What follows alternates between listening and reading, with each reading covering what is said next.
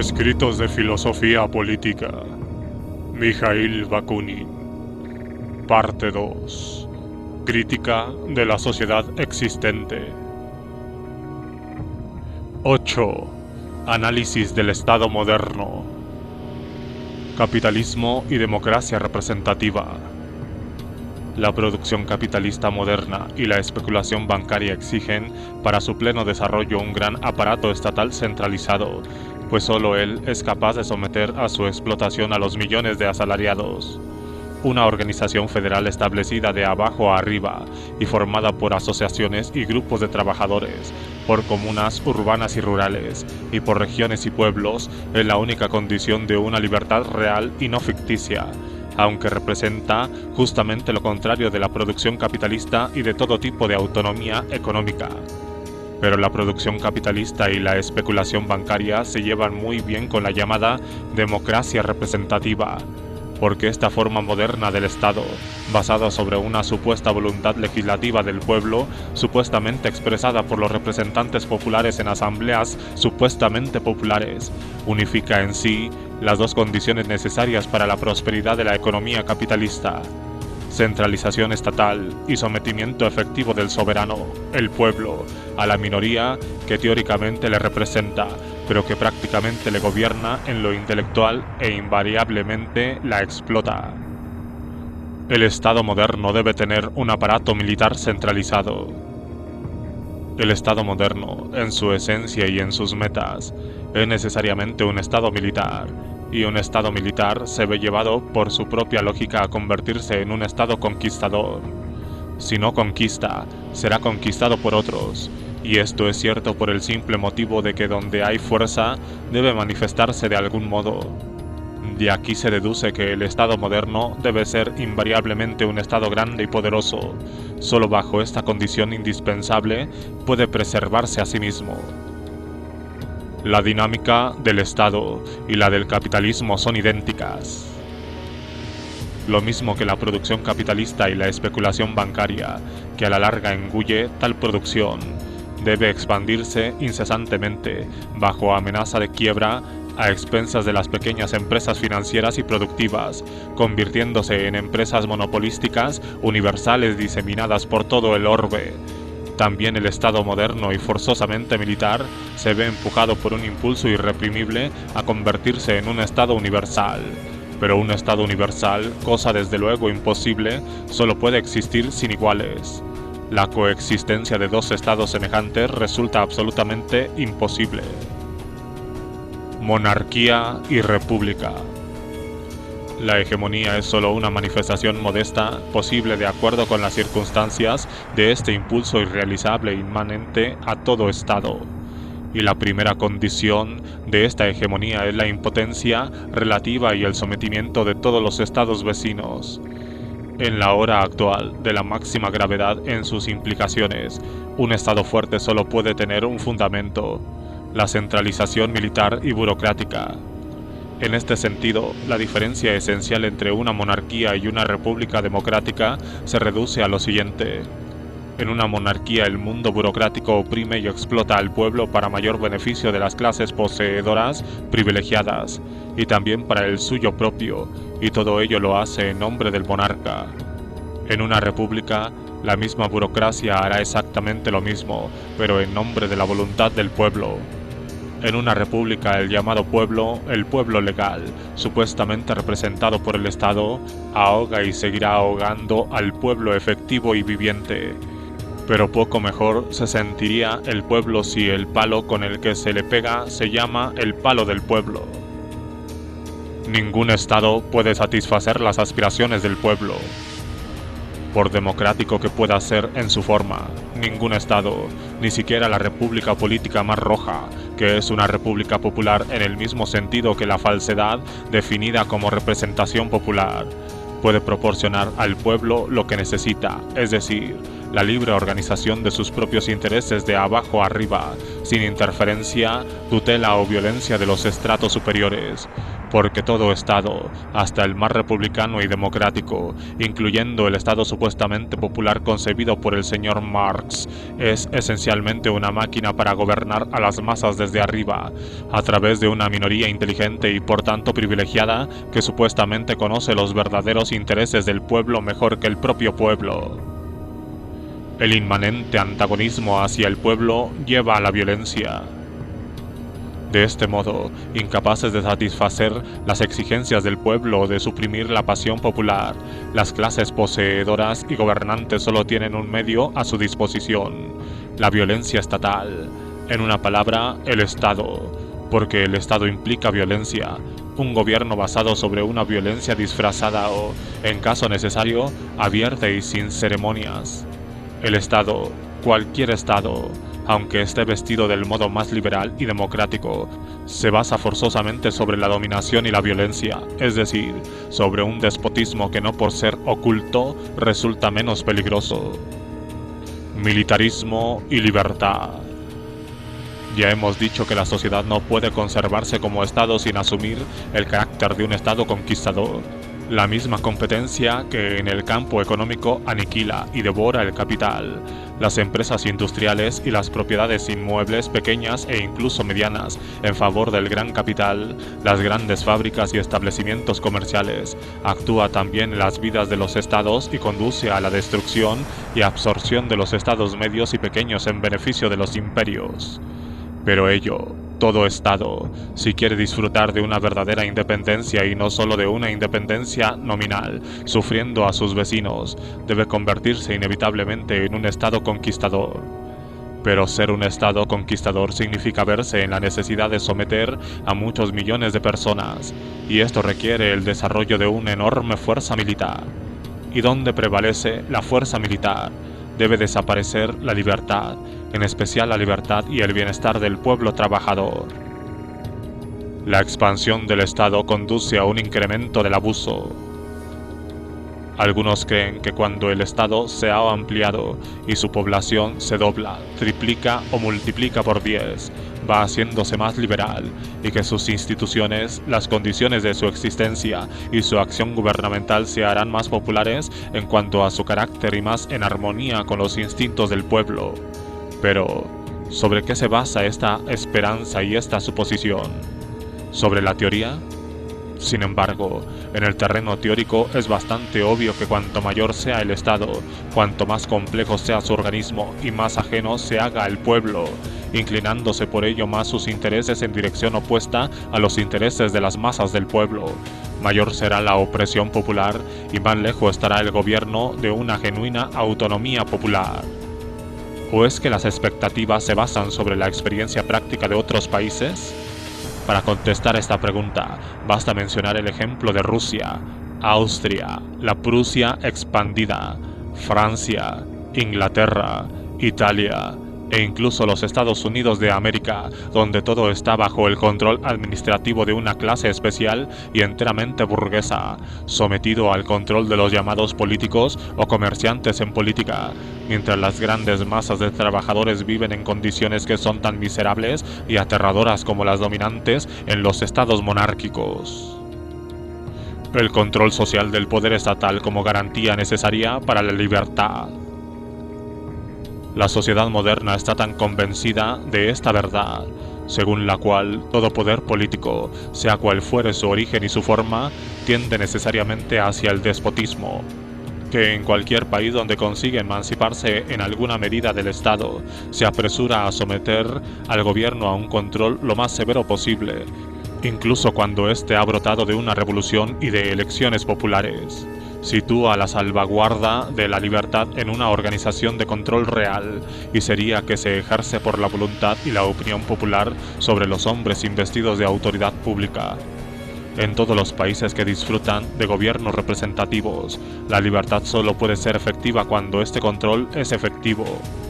Por el contrario, cuando tal control es ficticio, la libertad del pueblo se convierte también en pura ficción. Los mejores hombres se corrompen fácilmente, sobre todo cuando el propio medio promueve la corrupción de los individuos por una falta de control serio y oposición permanente. La falta de oposición permanente y de control continuo se convierte inevitablemente en un germen de depravación moral para todos los individuos que se encuentran investidos con algún poder social. La participación en el gobierno como fuente de corrupción. Muchas veces se ha establecido como verdad general que para cualquiera, incluso para el hombre más liberal y popular, basta pasar a formar parte de la maquinaria gubernamental para sufrir un cambio completo de aspecto y actitud. Si esa persona no se ve frecuentemente fortalecida y revitalizada por los contactos con la vida del pueblo, si no se ve obligada a actuar abiertamente en condiciones de plena publicidad, si no está sometida a un régimen saludable e ininterrumpido de control y crítica popular destinado a recordarle constantemente que no es el amo, ni siquiera el guardián de las masas, sino solo su delegado y el funcionario elegido, sujeto siempre a revocación. Si no se encuentra ante tales condiciones, corre el peligro de corromperse profundamente al tratar solo con aristócratas como él, y correr también el peligro de hacerse un estúpido, vano y pretencioso, saturado enteramente con el sentimiento de su ridícula importancia. El sufragio universal como intento de control popular, el ejemplo suizo.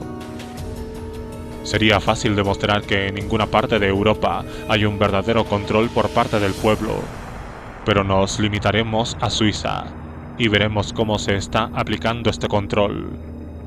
Hacia el periodo de 1830, los cantones más avanzados de Suiza intentaron garantizar la libertad introduciendo el sufragio universal.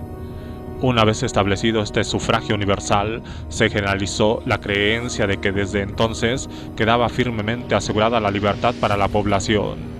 Sin embargo, esto resultó ser una gran ilusión, y podemos decir que la realización de esa ilusión condujo en algunos cantones al hundimiento y en todas partes a la desmoralización, actualmente tan flagrante, del Partido Radical. Este partido actuó movido realmente por la fuerza de sus convicciones cuando prometió la libertad al pueblo mediante el sufragio universal. Y de hecho, todo parecía muy natural y muy simple. Si el poder legislativo y el ejecutivo emanan directamente de las elecciones populares, ¿no serán la pura expresión de la voluntad del pueblo, y esta voluntad puede producir algo distinto de la libertad y la prosperidad popular? El sufragio universal bajo el capitalismo. Confieso abiertamente, querido amigo, que no comparto la supersticiosa devoción de sus burgueses liberales o sus republicanos burgueses por el sufragio universal.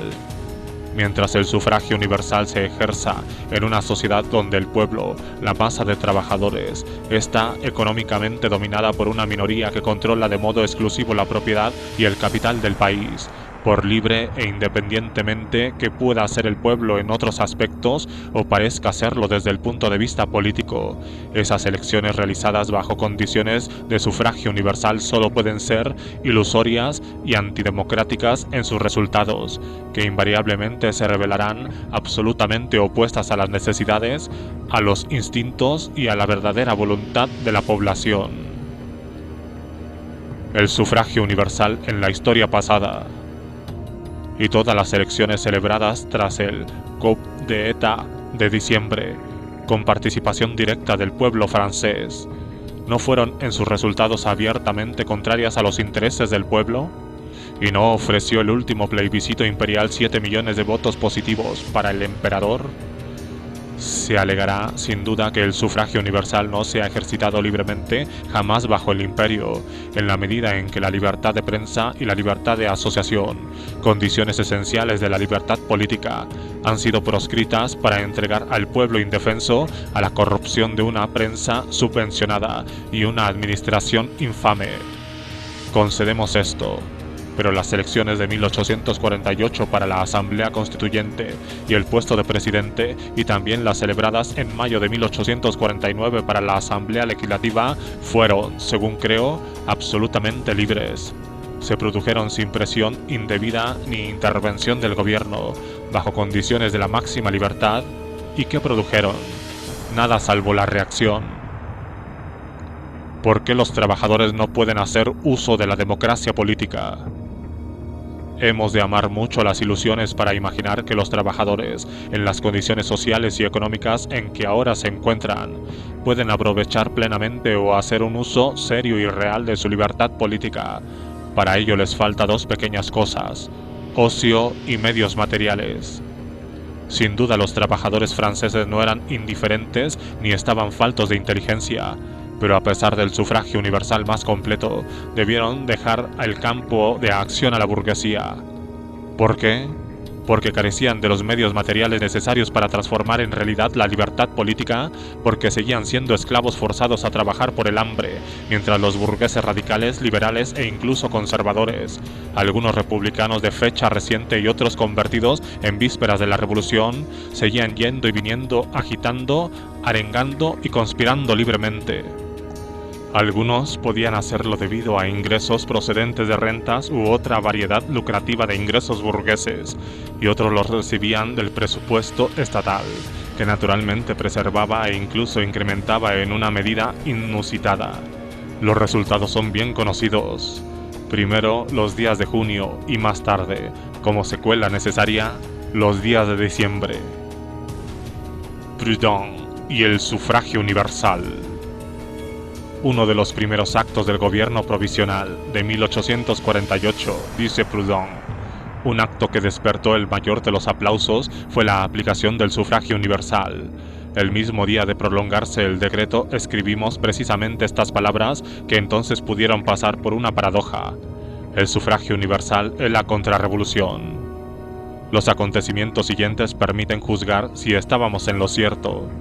Las elecciones de 1848, en su gran mayoría, la ganaron sacerdotes, legitimistas y partidarios de la monarquía, los elementos más reaccionarios y retrógrados de Francia, y no podía ser de otro modo. No podía ser de otro modo, y esto será verdad en una medida todavía mayor mientras prevalezca la desigualdad de condiciones económicas y sociales en la organización de la sociedad, y mientras ésta siga dividida en dos clases, una de las cuales, la clase explotadora y privilegiada, disfruta de todas las ventajas de la fortuna, la educación y el ocio, mientras a la otra clase, donde se encuentra toda la masa del proletariado, solo le corresponde el trabajo forzado y monótono, la ignorancia y la pobreza, con su necesario acompañamiento, la esclavitud de hecho, ya que no de derecho. Grandes paradojas a las que el proletariado debe hacer frente en la democracia política. Sí, efectivamente la esclavitud, pues por amplios que puedan ser en su horizonte los derechos políticos concedidos a esos millones de proletarios asalariados, verdaderos galeotes del hambre, jamás lograréis apartarlos de la influencia perniciosa y el dominio natural de diversos representantes de las clases privilegiadas, comenzando por el predicador y terminando por el republicano burgués del tipo más rojo o jacobino. Estos representantes, aunque puedan parecer divididos o incluso estarlo en cuanto a cuestiones políticas, se encuentran, a pesar de todo, unidos por un interés común y supremo: la explotación de la miseria, la ignorancia, la inexperiencia política y la buena fe del proletariado en beneficio de la dominación económica de las clases poseedoras. ¿Cómo podría resistir el proletariado urbano y rural, las intrigas políticas de los clérigos, la nobleza y la burguesía? Solo tiene un arma de autodefensa: su instinto, que tiende casi siempre a estar en lo cierto, porque esa clase es la víctima principal, si no la única, de la iniquidad y de todas las falsedades que reinan soberanas en la sociedad existente. Puesto que está oprimida por el privilegio, exige espontáneamente la igualdad para todos. Los obreros carecen de educación, ocio y conocimiento de los asuntos. Pero el instinto no es suficiente como arma para salvaguardar al proletariado de las maquinaciones reaccionarias de la clase privilegiada. Librado a sí mismo y no transformado en un pensamiento conscientemente reflexivo y claramente determinado, se deja llevar fácilmente por la falsificación, la distorsión y el engaño. Pero es imposible que se eleve a este estado de autoconciencia sin ayuda de la educación, de la ciencia y conocimiento de los asuntos y las personas, y experiencia política son cosas de las que carece completamente el proletariado. La consecuencia puede preverse fácilmente. El proletariado quiere una cosa, pero aprovechando de su ignorancia los astutos le hacen realizar otra bien distinta, sin que sospeche siquiera que está realizando lo contrario de su deseo, y cuando al fin se da cuenta, suele ser por lo general demasiado tarde para poner coto a ese error, del cual se convierte de forma natural, necesaria e inevitablemente en la primera y principal víctima. Los diputados trabajadores pierden su aspecto proletario, pero se nos dice que los obreros, instruidos por la experiencia, no volverán a elegir a la burguesía como representantes en las asambleas constituyentes y legislativa. Al contrario, enviarán simples trabajadores. Aunque sean pobres, los trabajadores pueden de algún modo rebañar lo suficiente para el mantenimiento de sus diputados parlamentarios. ¿Y sabéis cuál será el resultado? El resultado inevitable será que los diputados obreros, transferidos a un medio puramente burgués y a una atmósfera de ideas políticas puramente burguesas, dejando de hecho de ser obreros para convertirse en hombres de Estado, adoptarán concepciones propias de la clase media, quizá incluso en mayor grado que los mismos burgueses. Porque los hombres no crean las situaciones, son las situaciones las que crean a los hombres. Sabemos por experiencia que los obreros burgueses no suelen ser con frecuencia menos egoístas que los explotadores burgueses, ni menos dañinos para la internacional que los socialistas burgueses, y tampoco son menos ridículos en su vanidad que los plebeyos burgueses ascendidos a la nobleza. La libertad política sin el socialismo es un fraude. Sea lo que se diga o se haga, hay una cosa clara. Mientras los trabajadores permanezcan en su estado actual, les será imposible libertad alguna. A quienes piden libertades políticas sin tocar la ardiente cuestión del socialismo, sin articular siquiera la frase liquidación social, que pone a temblar a los burgueses, les convendría escuchar lo siguiente: conquistad primero esta libertad para nosotros, para que podamos usarlas más tarde contra vosotros. Bajo el capitalismo, la burguesía está mejor equipada que los trabajadores para hacer uso de la democracia parlamentaria. Es cierto que la burguesía sabe mejor que el proletariado lo que quiere y lo que debe creer. Esto es verdad por dos razones. Primero, porque es más culta, porque tiene más ocio y muchos más medios de todo tipo para conocer a las personas a las que elige. Y segundo, y esta es la razón principal, porque el propósito que persigue no es nuevo ni inmensamente vasto en sus fines, como acontece con el del proletariado. Al contrario, es un propósito conocido y completamente determinado por la historia y por todas las condiciones de la situación actual de la burguesía. No es más que la preservación de su dominio político y económico. Esto se plantea de modo tan claro que resulta bastante fácil adivinar y saber cuál entre los candidatos solicitantes de los votos electorales burgueses es capaz de servir bien a sus intereses. En consecuencia, es seguro, o casi seguro, que la burguesía estará siempre representada de acuerdo con sus deseos más íntimos. Las clases no renuncian a sus privilegios. Pero no es menos cierto que esta representación, excelente desde el punto de vista de la burguesía, resultará detestable desde el punto de vista de los intereses populares. Al ser los intereses de la burguesía absolutamente opuestos a los de las masas trabajadoras, es seguro que un parlamento burgués nunca podrá hacer más que legislar la esclavitud del pueblo y votar todas aquellas medidas cuya meta sea la perpetuación de su pobreza e ignorancia. De hecho, hemos de ser extremadamente ingenuos para creer que un parlamento burgués podría votar libremente en favor de la emancipación intelectual, material y política del pueblo. ¿Ha sucedido alguna vez en la historia que un cuerpo político, una clase privilegiada, se suicidase o sacrificase el menor de sus intereses y de sus llamados derechos por amor a la justicia y la libertad?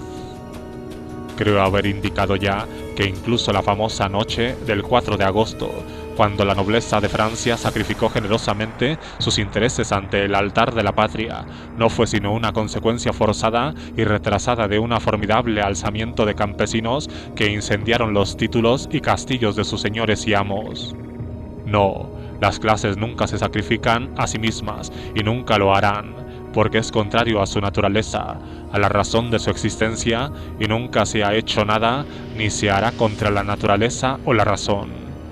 En consecuencia, sería preciso estar completamente loco para esperar de una asamblea privilegiada en medidas y leyes en beneficio del pueblo.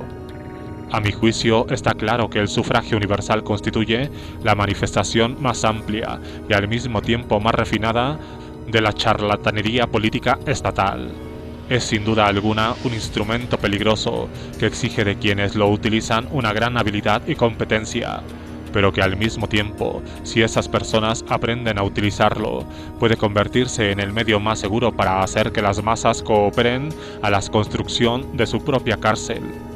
Napoleón III construyó su poder enteramente sobre el sufragio universal, que nunca traicionó su confianza, y Bismarck hizo de él la base de su imperio látigo germánico.